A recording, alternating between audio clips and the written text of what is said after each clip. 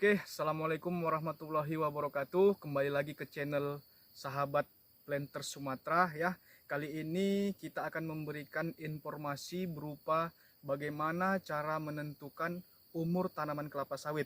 Karena banyak juga teman-teman ataupun di luaran sana yang tidak mengetahui umur dari tanaman kelapa sawit itu sendiri. Bagaimana caranya? Ayo kita sama-sama kita praktek langsung ya. Jadi untuk menentukan umur dari tanaman kelapa sawit, yang pertama adalah kita melihat ada dua sub di sini, yaitu adalah spiral kanan dan juga spiral kiri. Ya, kalau spiral kiri mengarah ke sebelah kiri, kalau yang ke kanan ke kanan. Jadi pokok sawit yang di depan kita ini yaitu adalah spiral ke kiri.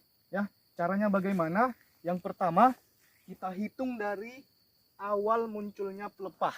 Ya, awal munculnya pelepah sampai ke atas ya. Jadi mari kita hitung. Di sini ada 1 2 3 4 5 6 7 8 9 10 11 12 13 14 15 16 17 pelepah ya. Jadi tadi sudah kita dapatkan, yaitu adalah 17 pelepah dari awal mula pelepah itu tadi muncul sampai dia di ujung pelepah ya, terdapat dia 17 pelepah. Jadi 17 pelepah kita kali dengan 8. Kenapa bisa 8? 8 adalah jumlah satu spiral. Jumlah satu spiral itu berjumlah 8 pelepah ya. 17 kita kali 8, dapatlah dia 136 pelepah ya. 136 tadi kita bagi dengan 20 pelepah. 20 pelepah itu didapat dari umur ataupun dalam satu tahun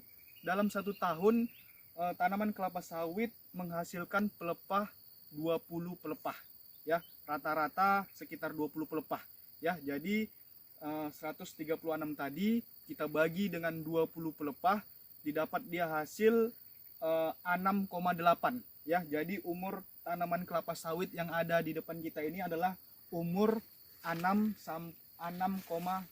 tahun ya. Jadi 6,8 tahun itu sekitar dia TM 3,8 ya, 3,8. Bulan-bulan 1 nanti, ini bulan Agustus ya, bulan 1 nanti dia sudah memasuki TM 4 ya. Jadi TM itu adalah dia tanaman itu sudah menghasilkan, itu rata-rata dia di umur 4 tahun ya. Di umur 4 tahun dia sudah dikatakan TM1 ya, TM1. Jadi ini sudah TM3, TM3,8 ya. Kemudian untuk TBM-nya, TBM itu tadi dia umur, biasanya itu umur 1 sampai 3 tahun. Itu dikatakan TBM ataupun tanaman belum menghasilkan ya. Kemudian itu adalah cara pertama. Kemudian ada lagi cara kedua. Cara kedua untuk mengetahui umur dari tanaman kelapa sawit. Bagaimana caranya? Tadi 17 pelepah kita kali dengan 0,4 ya. 0,4 didapat 6,8. Sama tuh seperti cara yang sama cara yang tadi, itu sama.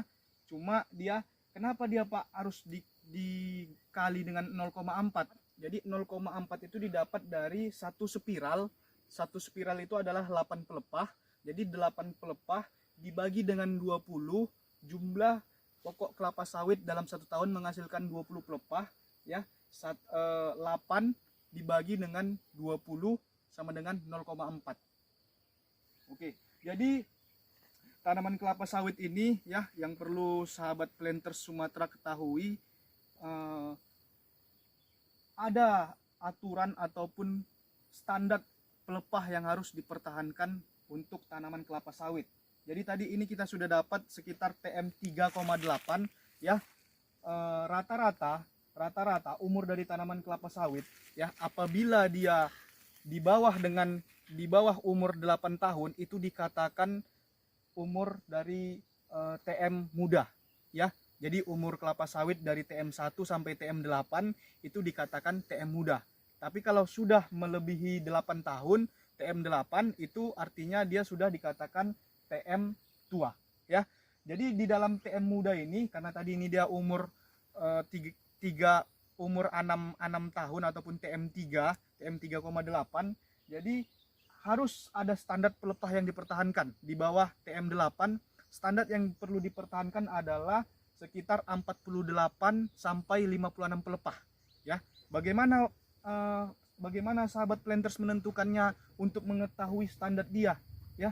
Bagaimana caranya? Seperti ini, kita menghitung jumlah pelepah yang ada, ya. Jumlah pelepah yang ada tadi kita hitung sampai ke atas, ya. Tadi sahabat planters juga sudah kita informasikan bahwa satu spiral itu ada 8 pelepah, ya. Jadi kita hitung sama-sama, ya. Ini pelepah pertama, kedua, ketiga, pelepah keempat, pelepah kelima, pelepah keenam, dan pelepah ketujuh, ya. Jadi ada dari pelepah ini sampai ke atas ada 7 pelepah.